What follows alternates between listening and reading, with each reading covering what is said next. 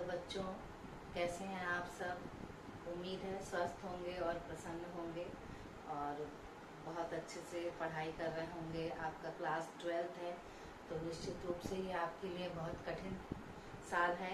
ये साल आपके आने वाले भविष्य का नींव साबित होगा, तो इसलिए आप इसको अच्छे से पढ़ाई कीजिए और टाइम को ज़्यादा यहाँ वहाँ वेस्ट करने की बजाय आप फोकस्ड रहेंगे तो वो आपके लिए ज़्यादा फ्रूटफुल रहेगा।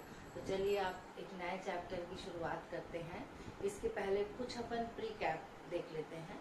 अपन ने पढ़ा है 1 on 2, इस मैपिंग का नाम सुना, या अपन ने संबंध और फलन जब पढ़ा था तो उसमें वेन आरेख भी पढ़ा था। वेन डायग्राम्स जो थे उसमें अपन ने इस तरह से दो आकृतियां ली थी, जैसे ये था एक x और ये क्या था, ये y है ना।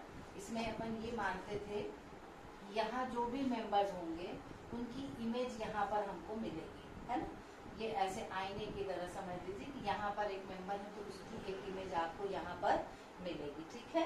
तो मैपिंग के प्रकार भी अपन ने पढ़े हैं, 1-1 mapping, on-to mapping, into mapping, many-one mapping, है ना। तो एक छोटा सा एग्जाम्पल लेकर मैं आपको बताती हूँ, उसके बाद अपन आगे बढ़ेंगे। मान लो इसमें जो रहता है ये ऐसा, ये मैपिंग को F से दर्शाते हैं और इस तरह से ये मेंबर्स बनते हैं अपने, ठीक। अच्छा, अपन देखो जो ये y है, y क्या है, ये फलन है किसका, x का, ठीक। y क्या है, फलन है x का, मतलब जो y का मान है वो x पे निर्भर है। फलन का मतलब क्या होता है, फंक्शन का मतलब y is totally dependent on x। जैसे जैसे x की वैल्यू बदलेगी उसी तरह से y के मान में भी परिवर्तन आता जाता है, ठीक है। तो जो अपन लीनियर इक्वेशन पढ़ते थे उसी को जब आगे बढ़ते चले जाते हैं अपन, तो उसको जनरलाइज्ड फॉर्म ले लेते हैं अपन कि y किसका फलन है, x का, ठीक है।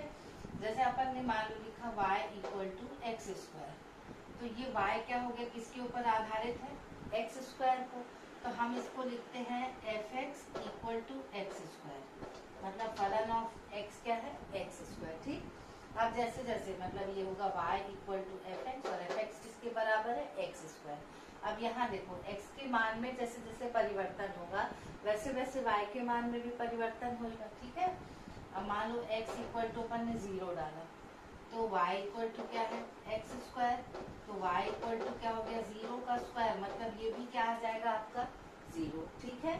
अब मान लो x का मान हम लेते हैं 1, x का मान क्या लेते हैं 1, तो उस हिसाब से y equal to x square, मतलब y इक्वल टू 1 का स्क्वायर, तो y की वैल्यू भी कितनी आ गई 1, ठीक। अब और मान लीजिए x इक्वल टू -1 आप लेते हो, क्या लेते हैं, x इक्वल टू -1, तो उस स्थिति में fx इक्वल टू क्या हो जाएगा, एक्स स्क्वायर हो जाएगा, है ना। और ये f ऑफ -1 क्या हो जाएगा, -1 का स्क्वायर, मतलब ये क्या हो जाएगा 1, ठीक। तो जब हम पॉजिटिव वैल्यू लेते हैं तो भी इसकी वैल्यू क्या आ रही 1 और नेगेटिव लेते हैं तो भी क्या आ रही 1। तो अगर अपन इसको मैपिंग के उससे दिखाएंगे तो कैसे दिखाएंगे, ये देख लीजिए, ठीक। मैपिंग में अपन x की वैल्यू लिए पहले 0, फिर लिए -1, फिर लिए +1, मान लो आगे लेते हैं +2 और -2, है ना, ऐसे वैल्यूज आएंगी। तो अब देखो 0 की वैल्यू तो क्या हुई 0, पर जब हमने -1 डाला था तो भी हमको क्या मिला था 1, और जब +1 डाला था तो भी हमको क्या मिला 1, तो ये दोनों एक साथ हो गए। उसी तरह जब 2 डालेंगे तो भी इसकी वैल्यू क्या आएगी 4, और जब -2 डालेंगे तो भी इसकी वैल्यू क्या आ जाएगी 4। तब जब एक से ज्यादा वैल्यूज की यहाँ पर एक आंसर मिलता है, मतलब x के एक से ज्यादा मान के लिए हमको y का एक ही मान मिलता है, तो वो कहलाती है मेनी वन मैपिंग। क्या बोलते हैं उसको, मेनी वन मैपिंग, ठीक है। तो यहाँ पर मेनी वन मैपिंग का कॉन्सेप्ट काम नहीं करेगा, ठीक है। यहाँ अब समझ में आया, ये हो गया मेनी वन मैपिंग। जब एक का केवल एक ही आंसर होता है तो वो क्या होता है 1-1 मैपिंग। जब एक का एक ही इमेज, मतलब x की कोई भी वैल्यू के लिए हमको y में एक और केवल एक ही एलिमेंट मिलता है तो वो होती है 1-1 मैपिंग, ठीक। ये अपन पहले पढ़ चुके हैं। ये क्या हो गई मेनी वन मैपिंग। तो यहाँ जो अपन को डील करना है वो करना है 1-1 मैपिंग। अब कॉन्सेप्ट समझ में आया कि कि जब x की किसी एक वैल्यू के लिए y की केवल एक ही वैल्यू मिलती है और x की एक से ज्यादा वैल्यू है अगर, तो यहाँ पर y की भी हमको एक से ज्यादा वैल्यू ही मिलेंगी। इसको बोलेंगे कि for every value of x there exist a unique y, है ना, या यूनिक वैल्यू इन y, तो वो हो जाती 1-1 मैपिंग। ठीक, फॉर मोर देन 1, एक से ज्यादा वैल्यू के लिए जब यहाँ एक मिलता है तो वो होती है मैनी 1। हमको यहाँ डील करना है ये 1-1 ऑन टू ना। आपको 1-1 मैपिंग समझ में आई होगी। अच्छा, अब ऑन टू मैपिंग समझ लो। ऑन टू मैपिंग के लिए जैसे अब चलिए अब अपन ऑन टू मैपिंग को समझते हैं। ऑन टू मैपिंग को समझने के लिए आप इसको देखिए, जैसे यहाँ A किससे रिलेटेड है 1 से, B किससे रिलेटेड है 2 से, 3 किससे रिलेटेड है 3 C से, D किससे है 4 से और E है 5 से। ठीक, अगर यहाँ पर मगर ये दो मेंबर क्या हो गए यहाँ एक्स्ट्रा, मतलब इनकी कोई भी यहाँ पर वैल्यू नहीं है जिसकी ये इमेज कहलाए। यहाँ पर जो भी हम लिखते हैं वो इमेज कहलाता है। क्या कहलाता है? इमेज, या हिंदी में हम कहेंगे तो प्रतिबिंब। ठीक है, तो यहाँ ये जो मेंबर्स हैं ये किसके प्रतिबिंब है? ऐसा कोई मेंबर यहाँ पर अपने को नहीं दिख रहा है। तो जब यहाँ एक्स्ट्रा आर्टिस्ट बचते हैं, ऐसा शॉर्टकट में समझ लीजिए, जब यहाँ एक्स्ट्रा आर्टिस्ट बचते हैं तो ये कहलाती इनटू मैपिंग। क्या कहलाती है? Into mapping. जब ये एक्स्ट्रा आर्टिस्ट नहीं रहते, मतलब जितने मेंबर x में है उतने की ही इमेज हमको y में मिल रही है, उससे एक्स्ट्रा नहीं है, तो वो क्या कहलाते हैं? Onto mapping. वो क्या कहलाती है? Onto mapping. आया समझ में? इनटू में क्या होता है? एक्स्ट्रा आर्टिस्ट रहते हैं और ऑन टू में एक्स्ट्रा आर्टिस्ट नहीं रहते। जितने की पेयरिंग हो रही है सिर्फ उतने ही मेंबर वहाँ रहेंगे, उससे एक्स्ट्रा मेंबर्स का वहाँ कोई रोल नहीं है। तो वो क्या हो गई? Onto mapping. अब ये देखो दिख रही है, ये 1-1 है, मतलब एक के साथ एक की जोड़ी बन रही, एक के साथ दो पेयर अप नहीं हो रहा है, ना दो के साथ एक पेयर अप हो रहा है। ठीक है, तो एक के साथ एक ही पेयर अप हो रहा है, प्लस जितने मेंबर x में है उतने ही मेंबर y में है। तो ये क्या हो गई?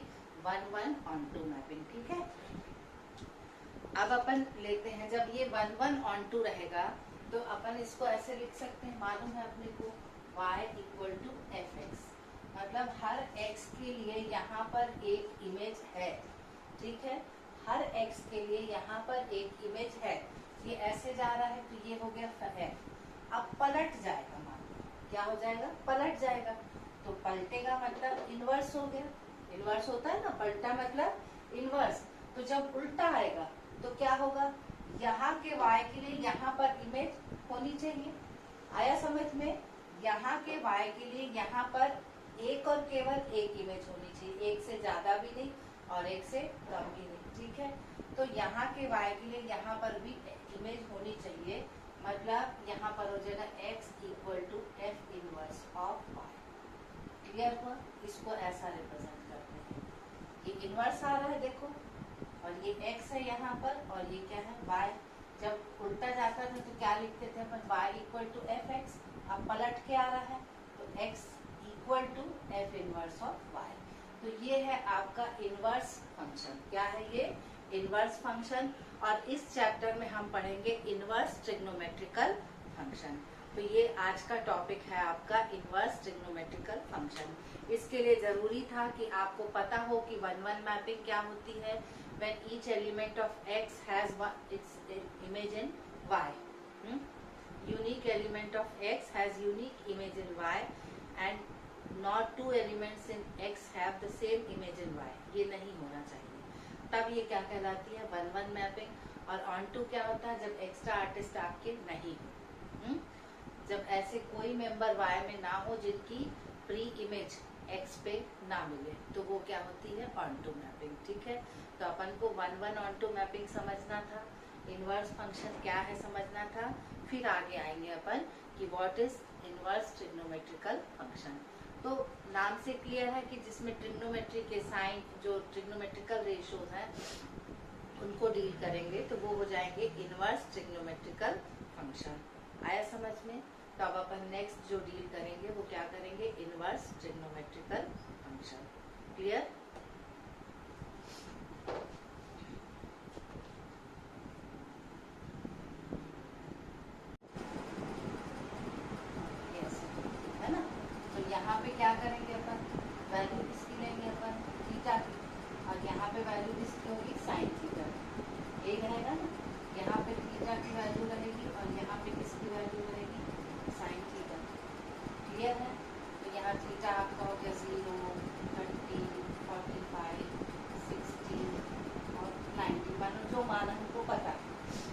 पे अपन साइन थीटा क्या होता है, 0 पे 0, इस पे 1/2, 1/√2, √3/2 और 1 ये बनता है। माने थीटा 0 है तो साइन थीटा क्या हो गया 0, थीटा 30 है तो साइन थीटा 1/2, 45 है तो साइन थीटा 1/√2, 60 है तो साइन थीटा √3/2, 90 है तो ये हो गया 1। ये तो डायरेक्ट हो गया। अब उल्टा अगर चलना है, ठीक, तो 1 होगा तब थीटा कितना होगा 90, ठीक है, तब थीटा कितना होगा 90। तो ये उल्टा चल रहा है तो यहाँ पर ये किसका मान है साइन थीटा का, तब थीटा कितना होगा 90। तो अपन इसको कैसे लिखेंगे, मान लो अपन ये लेते हैं x equal to sine theta, तो यहाँ से थीटा इक्वल टू क्या हो जाएगा साइन इनवर्स ऑफ x, क्योंकि ये जो फलन है जैसे अपन लिखते हैं ना y इक्वल टू fx, तो ये फंक्शन मतलब कौन सा उस पर सूत्र अप्लाई हो रहा है, तो यहाँ पे कौन सा फंक्शन है ये साइन फंक्शन, तो जब पलट के आएंगे तो ये क्या हो जाएगा इनवर्स। ठीक आया समझ में, जैसे यहाँ पर ये f था पलट के आया था तो इनवर्स हो गया, मतलब x इक्वल टू क्या हो जाएगा f इनवर्स y। उसी तरह x इक्वल टू क्या है अपना साइन थीटा, तो थीटा इक्वल टू क्या हो जाएगा साइन इनवर्स x। क्लियर हुआ। तो ये जो थीटा इक्वल टू जाएगा साइन इनवर्स x, तो ये जो इनवर्स है इसी तरह के इनवर्स के विषय में इस चैप्टर में अपन पढ़ेंगे। जैसे ये साइन इनवर्स है, कॉस होगा तो कॉस इनवर्स होगा, टैन इनवर्स होगा, कॉसेक इनवर्स होगा, सेक इनवर्स होगा। तो इसमें ट्रिग्नोमेट्रिकल फंक्शन के जब इनवर्स आते हैं तो उनको हम कैसे डील करेंगे उसके विषय में हमको पढ़ना है। ठीक है, अब जैसे ये जो अपन ने बनाया तो इसमें देखो 0 तो 0, 30 तो हाफ, 45 तो 1/√2, 60 तो √3/2, 90 तो 1। और अपन पिछले क्लासेस में पढ़ चुके हैं आप लोग कि साइन की मिनिमम वैल्यू होती है -1 और मैक्सिमम वैल्यू होती है +1। यानी साइन की वैल्यूज जो होती है वो -1 to +1 होती है। भले साइन के बाकी थीटा के मान जहाँ से जहाँ तक जाना है जा सकते हैं, ठीक है। पर उसमें एक प्रॉब्लम क्या आएगी अपने पास, अपन ये क्वाड्रेंट वाला सिस्टम को ध्यान देंगे अगर, तो आप लोगों ने पढ़ा होगा क्लास 11th में, तो फर्स्ट क्वाड्रेंट मतलब यहाँ पर ये 0 to 90, फिर 180, 270, 360। तो यहाँ तो सब पॉजिटिव होते हैं, मतलब यहाँ पे साइन पॉजिटिव मिलेगा, तो यहाँ पे साइन की वैल्यू जो रहेगी वही रहेगी। ठीक, पर जब सेकेंड क्वाड्रेंट में आते हैं तब भी वो पॉजिटिव ही रहती है, मतलब जो वैल्यू 30 की है वही वैल्यू 150 की होगी, जो वैल्यू 45 की है वही वैल्यू 135 की होगी, जो वैल्यू 60 की है वही वैल्यू 120 की हो जाएगी, और जो वैल्यू 90 की है वही वैल्यू आपकी जो वैल्यू 0 की है वो वैल्यू किसकी हो जाएगी 180। ठीक है, तो इस तरह से पलटते हैं तो यही वैल्यूज पलटती चली जाती है। आ रहा समझ में, तो उससे क्या हो रहा है, तो उसमें प्रॉब्लम ये आएगी कि किसी भी दो वैल्यूज का मान एक ही हो जा रहा है। मैंने अगर साइन 0 को जो मान है वही वैल्यू किसकी हो जाएगी आपकी उधर जाके किसकी हो जाएगी 180 की मान होती है। तो क्या होगा बताओ, दो का एक ही वैल्यू मतलब ये मैनी वन मैपिंग हो जा रही है। क्या हो जा रही है मैनी वन मैपिंग, क्योंकि साइन की 2 या 2 से अधिक वैल्यूज का मान सेम होता है। अपन पढ़ भी चुके हैं साइन 30 का मान जो है 150 का भी वही मान होता है। फिर साइन यहाँ से चलेंगे अपन उल्टा ही जाते हैं ना, 90 के बाद 120 आता है, फिर 135 आता है, फिर 150 आता है, फिर 180 आता है। पढ़े हैं ना अपन टेबल में, तो उस हिसाब से देखेंगे तो जो 0 का मान है वही 180 का, जो 30 का मान है वही 150 का। तो यहाँ पर जब अपन आगे बढ़ाते चले जाएंगे तो अपन देखेंगे 30 और 150 में 1/2 आ रहा है, 0 और 180 में दोनों 0 पे आ रहा है। मतलब एक से अधिक वैल्यू के लिए आपको y में एक ही इमेज मिल गई, तो वो कौन सी मैपिंग हो जाएगी मैनी वन मैपिंग। और मैंने थोड़ी देर पहले आप लोगों को जब पढ़ाया था तो मैंने इस चीज को बताया था कि इसमें 1:1 मैपिंग का होना जरूरी है। किसका होना जरूरी है 1:1 मैपिंग का। ठीक है, तो यहाँ पर अपन क्या करेंगे, इसको प्रिसाइज करेंगे। ठीक है, इसको हम कन्फाइन करेंगे, कहाँ से कहाँ तक कन्फाइन करेंगे -90 to +90, ये इस पे अपन कन्फाइन करेंगे। अगर वैल्यूज अपन सर्कुलेट करते हैं तो हमको नेगेटिव के लिए नेगेटिव वैल्यू मिलेगी और पॉजिटिव के लिए पॉजिटिव वैल्यू मिलेगी, क्योंकि आप लोग 11th क्लास में पढ़े होंगे तो sine of minus theta equal to होता है माइनस साइन थीटा। ठीक है, क्लियर हुआ। पर ये चीज एप्लीकेबल कॉस में नहीं हो पाएगी, क्योंकि अपने को पता है कॉस ऑफ माइनस थीटा क्या होता है, कॉस थीटा। कॉस ही अकेला है जो माइनस थीटा में क्या होता है, पॉजिटिव। ठीक है,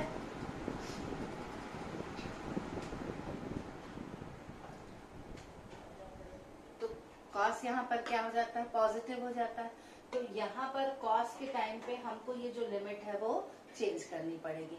पर अभी अपन किसके बारे में पढ़ रहे हैं, साइन के बारे में। ठीक है, तो यहाँ पर ये क्या हो जाएगा, जब हमारा ये जो वैल्यूज है थीटा की, ये किसके किसके बीच होंगी, -π/2 टू +π/2। तो फिर ये जो वैल्यूज है ये तो फिक्स ही है, -1 टू +1 ही सर्कुलेट होती है, उसी में मूवमेंट रहता है साइन की वैल्यूज का, उसके आगे और पीछे नहीं होता। आया समझ में। तो जैसे जब इस ढंग से हम डील करते हैं तो जो इस तरफ बना रहता है वो जिसमें वैल्यूज हम डालते हैं तब हमको रिजल्टेंट वैल्यू मिलती है। तो जिसमें वैल्यू हम पुट करते हैं, जैसे ये थीटा, ये वैल्यूज हैं, तो ये क्या कहलाता है, डोमेन। ठीक है, और यहाँ जो मिलती है वैल्यू वो कहलाता है रेंज।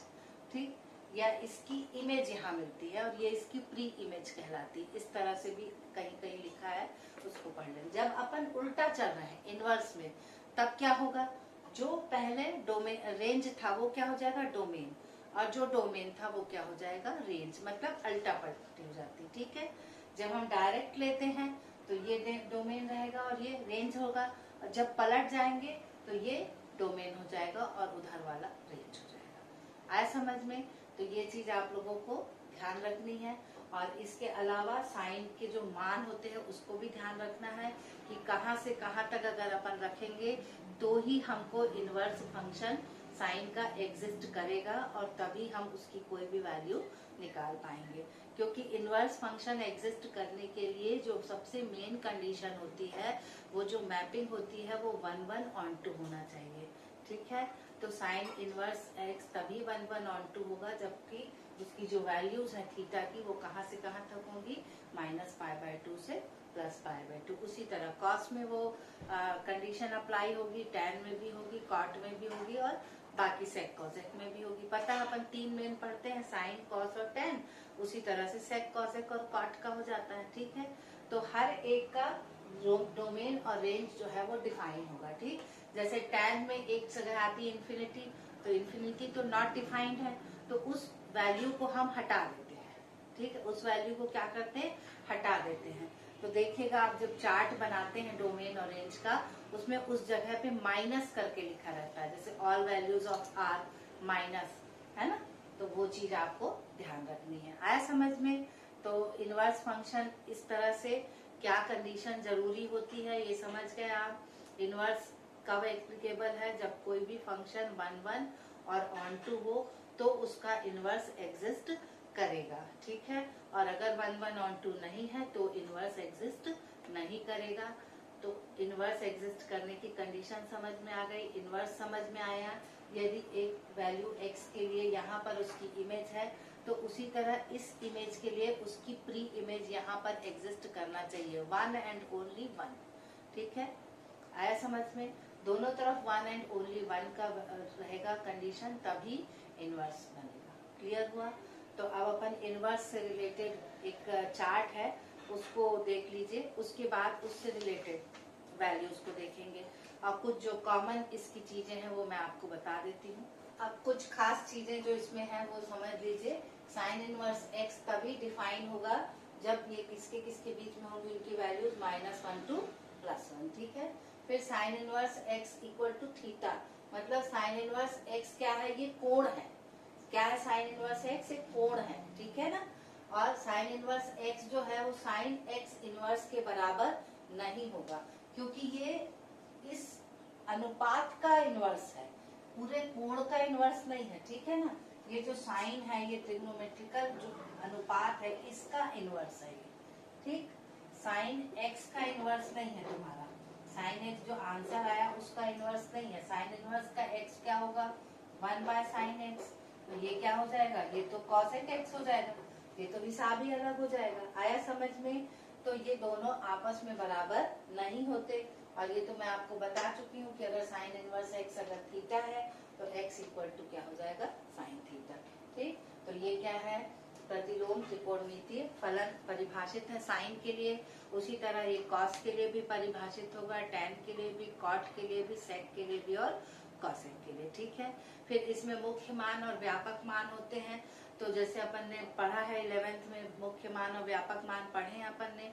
तो मुख्य मान क्या होते हैं, जो 0 से 90 के बीच में या -90 से +90 के बीच एग्जिस्ट करते हैं, उनको ही अपन मुख्य मान लेते हैं। उसी तरह इसमें साइन में या जितने भी त्रिकोणमितीय अनुपात है उन सब में जब हम मान लेते हैं तो दो तरह, जैसे इसका एक उदाहरण ले लेते हैं कि अपने को मालूम है cos 30 की वैल्यू कितनी होती है, करनी 3/2 होती है ना, और cos ऑफ -30 की वैल्यू भी कितनी होती है, करनी 3/2, क्योंकि अब भी मैंने आप लोगों को बताया है कि cos of -theta equal to क्या होता है, cos थीटा।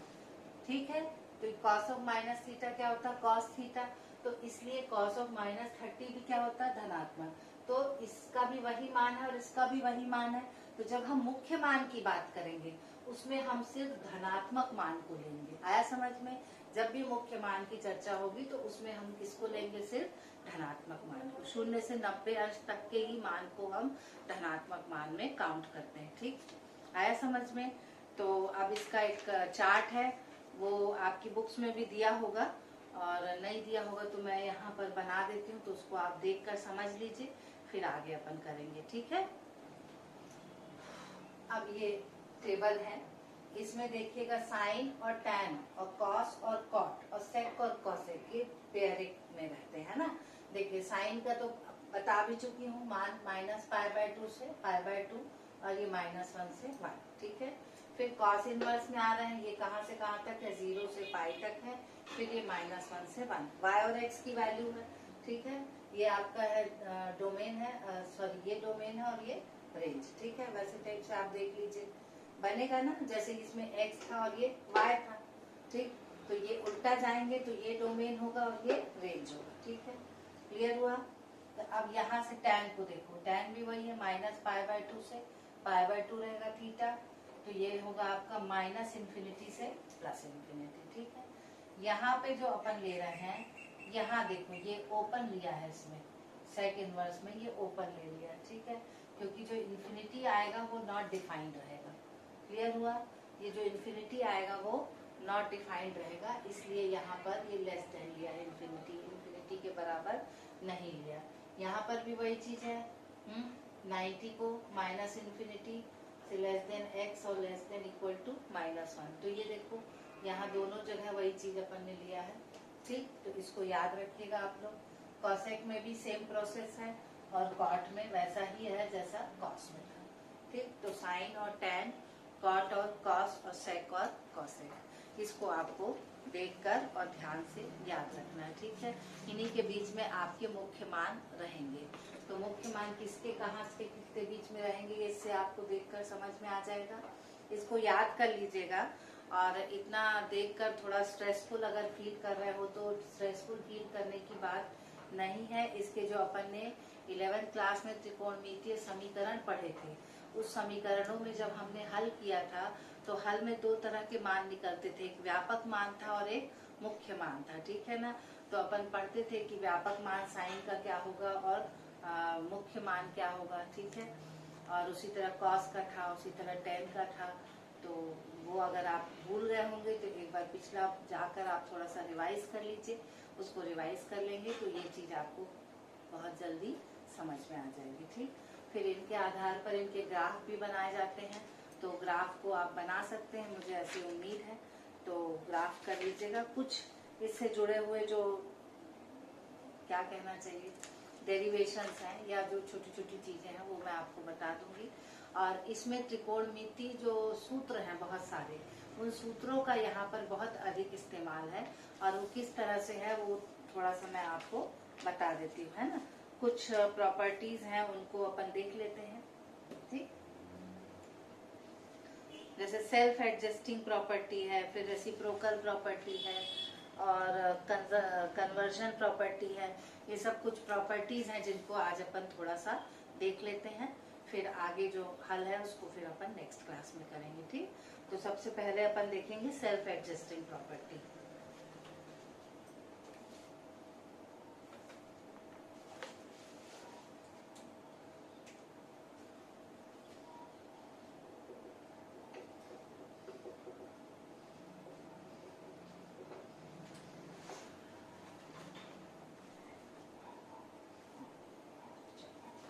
अब ये आपकी दिया है sine inverse of sine theta equal to theta. ये सबसे पहली प्रॉपर्टी है सेल्फ एडजस्टिंग प्रॉपर्टी। ठीक, अब इसको अगर एग्जाम में आएगा तो आपको इसको काटना नहीं है भाई, कोई x गुणित 1/x नहीं है जिसको काट के आप 1 आंसर लिख देंगे, नहीं है ना। ये भी एक फलन है, ये भी एक फलन है। ठीक, तो इसको आपको ध्यान देना है। क्लियर।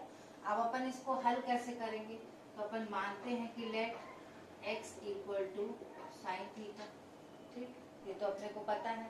अब अगर अपन साइन को यहाँ लाएंगे तो थीटा इक्वल टू क्या हो जाएगा, साइन इनवर्स x। अब ये समीकरण 1 से x की जगह हमारा क्या है, साइन थीटा है, तो ये थीटा इक्वल टू क्या हो जाएगा, sine inverse of sine theta. यही हमको प्रूव करना था। ठीक है, तो ये क्या है, सेल्फ एडजस्टिंग प्रॉपर्टी। क्लियर हुआ। इसी तरह कॉस का करेंगे, इसी तरह टैन का करेंगे, तीनों का एक ही होता है, मेथड भी यही है। कुछ नहीं करना है बेटा, देखो x equal to sine theta लिया, साइन को अपन ने दूसरी किया तो theta equal to sine inverse x। जहां पर x है वहां पर साइन थीटा होगा, सिंपल है ना।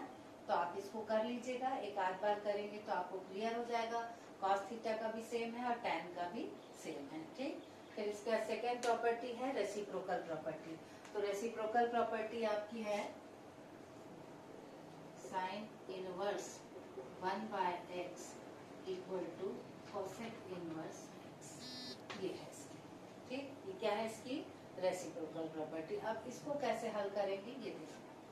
ठीक, अब अपन करेंगे, देखो sign inverse 1/x equal to मान लो थीटा, मान सकते हैं, तो 1/x इक्वल टू क्या हो गया, साइन थीटा। क्लियर। अब अगर क्रॉस कर दें तो x इक्वल टू क्या हो जाएगा, 1/sin थीटा होगा। इतना समझ में आया।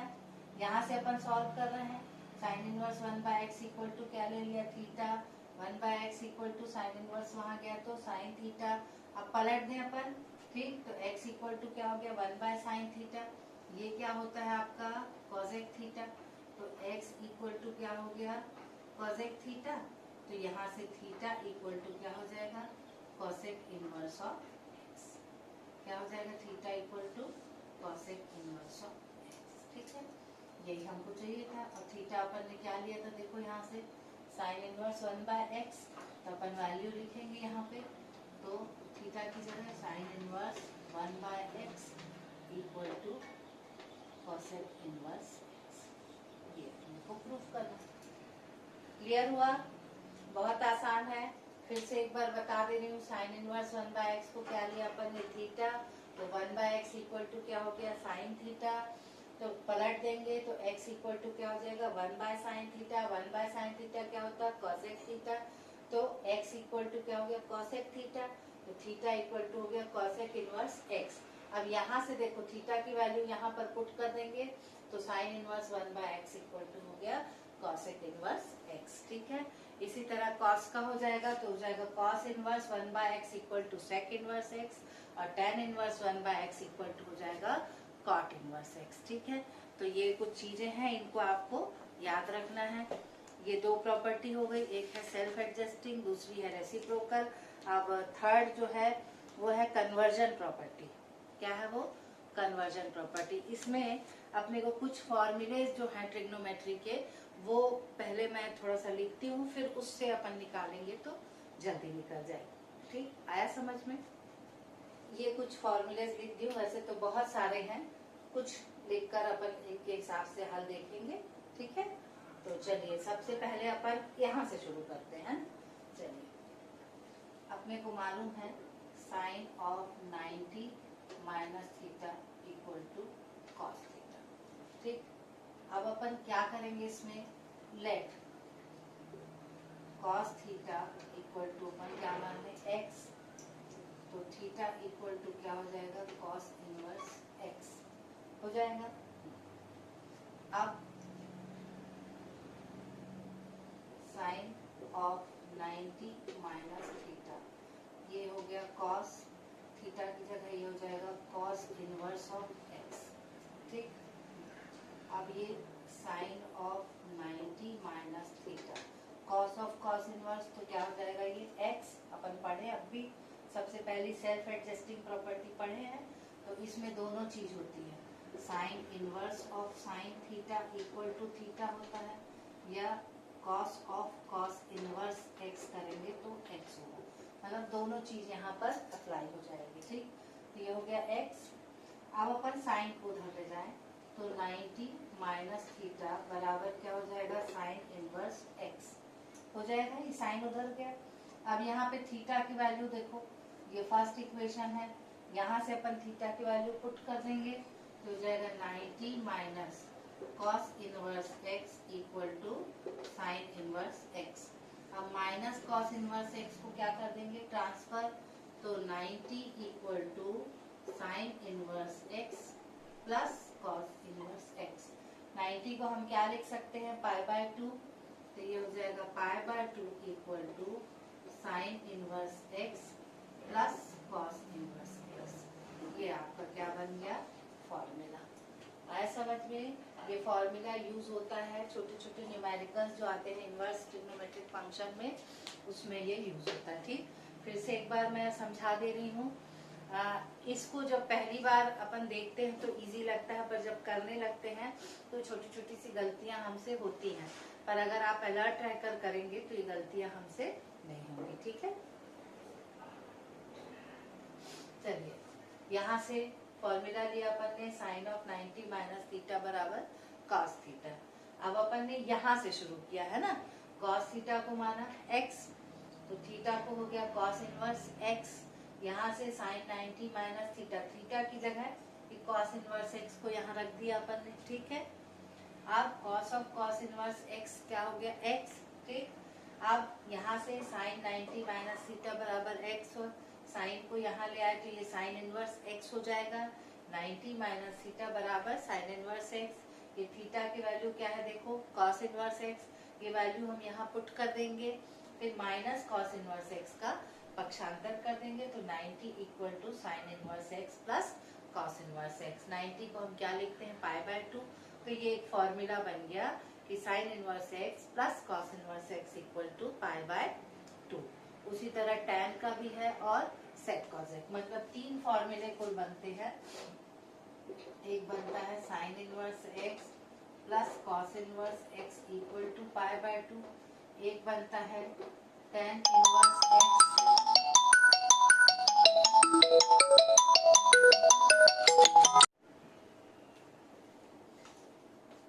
सेकेंड है tan inverse x plus cot inverse x equal to pi by 2, third है sec inverse x plus cosec inverse x equal to pi by 2।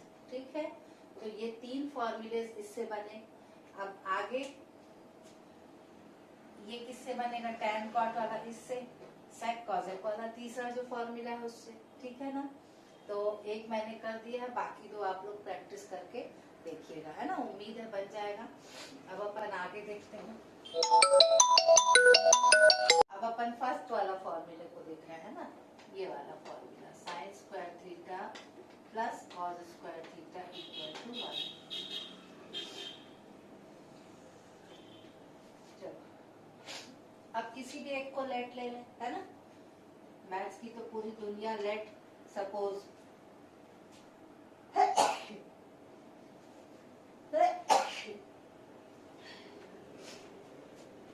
Late x equal to sine theta. ठीक, आगे क्या हो जाएगा theta equal to sine inverse of x हो जाएगा। अब क्या करेंगे बताओ, यहाँ पर हो गया x equal to sine theta. ठीक, तो x स्क्वायर इक्वल टू क्या हो जाएगा, साइन स्क्वायर थीटा हो जाएगा। अपन इस वैल्यू को यहाँ रख सकते हैं, ठीक। अब ये लिखेंगे x square plus cos square theta equal to 1 हो जाएगा। तो यहाँ से cos square theta equal to हो जाएगा 1 minus x square, cos theta कितना हो जाएगा under root 1 minus x square हो जाएगा। अब अपन कॉस को वहां ट्रांसफर करेंगे तो थीटा इक्वल टू क्या हो जाएगा, cos inverse 1 minus x square. समझ में आया। x इक्वल टू क्या किया अपन ने, साइन थीटा। अब इसको मान लो, अभी मत भी ध्यान दो, यहाँ ध्यान दो, तो दोनों तरफ वर्ग कर दिए। अब ये x साइन स्क्वायर थीटा बराबर एक्स स्क्वायर हुआ तो इस मान को यहाँ रख दिए। फिर x पक्षांतर हुआ तो 1 minus x square, cos square था, वर्ग हटाया तो करनी लग गई, कॉस थीटा हो गया under root 1 minus x square. अब कॉस को उधर के तो कॉस इनवर्स आ गया। क्लियर। अब यहाँ से देखो तो थीटा इक्वल टू क्या है, साइन इनवर्स एक्स है, तो यहाँ पर आ जाएगा आपका sine inverse x equal to cos inverse under root 1 minus x square. ठीक, ये आपका एक फॉर्मूला बन गया। क्लियर। उसी तरह से अगर अपन कॉस थीटा को मानते एक्स तो क्या हो जाता, साइन यहाँ रह जाता, तो उल्टा हो जाता, मतलब तब ये होता आपका cos inverse x equal to sine inverse under root 1 minus x. ठीक, तो सेम फॉर्मूला है, साइन इनवर्स रखेंगे तो यहाँ पर cos इनवर्स आएगा, cos रखेंगे तो यहाँ साइन आएगा। ठीक है, अंडर रूट दोनों में वही रहेगा। क्लियर हुआ। तो ये एक फॉर्मूला है। अब अपन इसको इन दोनों को देख लेते हैं, पहले इसको देख लेते हैं ना, इसका फॉर्मूला बहुत ज्यादा यूज होता है। tan a plus b equal to tan a plus tan b upon 1 minus tan a tan b। ठीक, अब मान ले अपन let tan a equal to x, ठीक, tan b equal to y। तो ये क्या हो जाएगा, tan of a plus b equal to क्या हो जाएगा, tan a की जगह x रखेंगे, b की जगह y, तो हो गया x plus y upon 1 minus x into y हो जाएगा।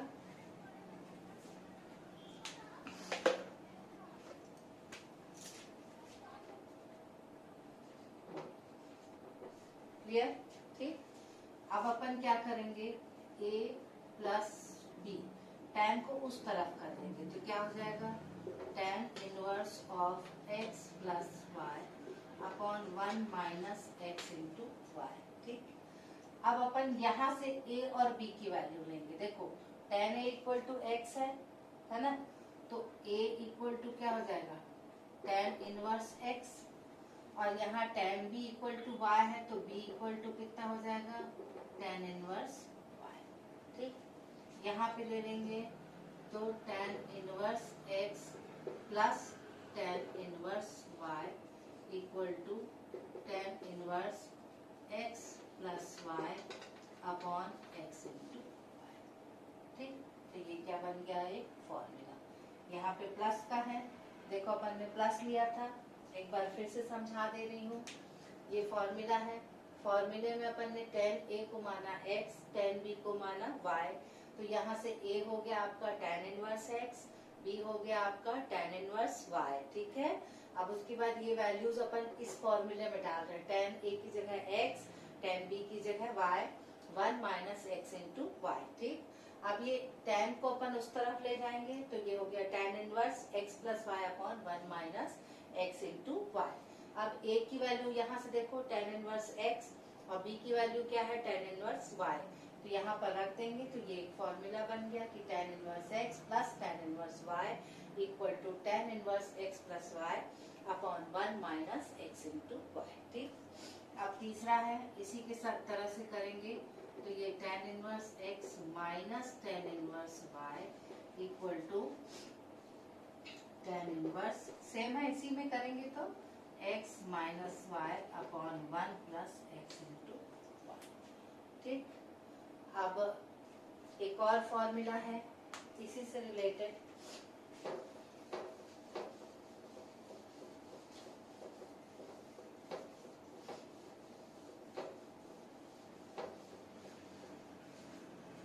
तीन फॉर्मूले, मतलब जो कुछ इम्पोर्टेंट है वो बता दे रही हूँ आपको।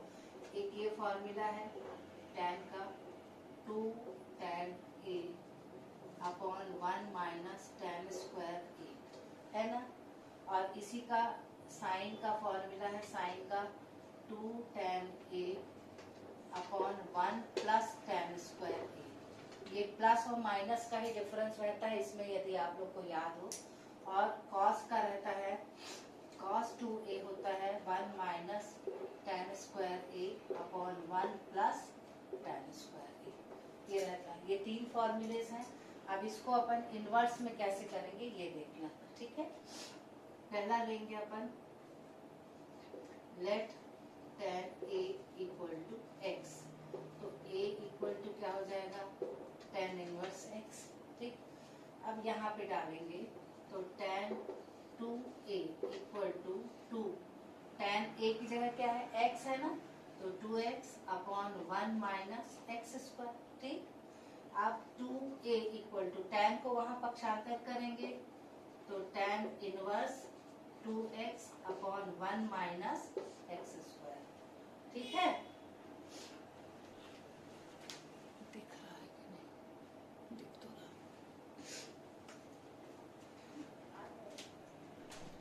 हो गया, हाँ बस 2 मिनट, टीवी चला लो।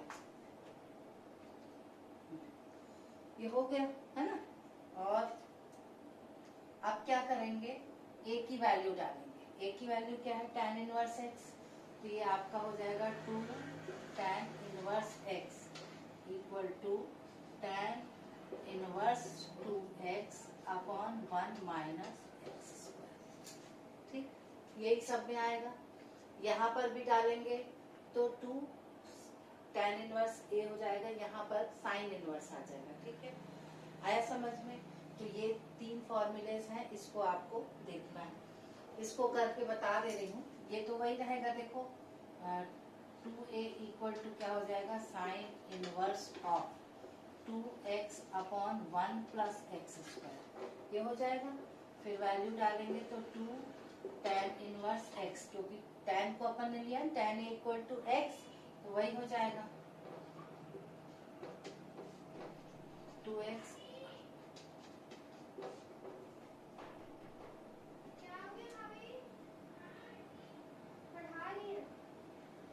फिर ये cos का ले लेंगे अपन, तो cos का भी हो जाएगा 2 tan inverse x equal to cos inverse of 1 minus x square upon 1 plus x square. तो ये कुछ फॉर्मूलेज हैं इनवर्स ट्रिग्नोमेट्री के, जो आपके सॉल्यूशन के लिए, जिनका जानना आपके लिए बहुत ज्यादा जरूरी है। ठीक है, तो आपको इनको बहुत ध्यान से पढ़ना है और समझना है। कोशिश कीजिए कि आप एक बार इसको पढ़कर देख ले, उसके बाद फिर अपनी कॉपी में बिना देखे, बिना कुछ उसके आप करिए। ठीक है, मतलब आप देख देख के मत कीजिए, अपने मन से इसको सॉल्व कीजिए। बहुत इजी है, 1-2 बार आप करेंगे तो आपके दिमाग में वो बैठ जाएगा। ठीक, तो आज के लिए इतना ही। अपन ने इसमें प्रतिलोम त्रिकोणमिति क्या है पढ़ा, फिर 1-1 on to मैपिंग पढ़ा, फिर साइन इनवर्स कहाँ से कहाँ तक, मतलब इसका डोमेन कितना होगा, रेंज कितना होगा, फिर उसका चार्ट अपन ने देखा। इसके बाद ये जो कुछ सूत्र मैंने बताए त्रिकोणमिति के, इनकी मदद से प्रतिलोम त्रिकोणमिति के कुछ सूत्र थे, और 3 ठो जो उसकी प्रॉपर्टी थी, पहली सेल्फ एडजस्टिंग थी, दूसरी रेसिप्रोकल, और तीसरी ये जो कर रहे थे अपन, ये कौन सी प्रॉपर्टी है उसकी, कन्वर्जन प्रॉपर्टी। ठीक है, तो आज के लिए इतना ही। फिर नेक्स्ट क्लास में अपन इससे रिलेटेड कुछ न्यूमेरिकल्स को सॉल्व करेंगे और इसको देखेंगे। किसी भी चैप्टर के लिए आपके लिए जरूरी है कि उसके बेसिक्स को आप ढंग से समझें। अगर आप बेसिक समझेंगे तो चैप्टर आपके लिए इजी रहेगा। ठीक है, मे भी आपको लग रहा होगा कि मैडम बहुत डिटेल कर रही हैं, बट अगर आपको ये सारी चीजें पता होंगी तो आप जब न्यूमेरिकल सॉल्व करेंगे तो ये जो लॉजिक्स हैं वो वहां पर आपको क्लिक करेंगे और आपके लिए किसी भी न्यूमेरिकल को सॉल्व करना थोड़ा आसान हो जाएगा। ठीक है, तो होप आप इसको समझेंगे और अपनी अपनी कॉपियों में कम से कम जितने ये मैंने फॉर्मूले डिराइव करके दिए हैं आपको उनको लिखेंगे। इसके अलावा वो जो चार्ट है उसको आप लिख लीजिएगा। तो नेक्स्ट क्लास में अपन इसके आगे देखेंगे। तब तक के लिए take good care of yourself, be happy, keep smiling and complete your work in time. Thank you.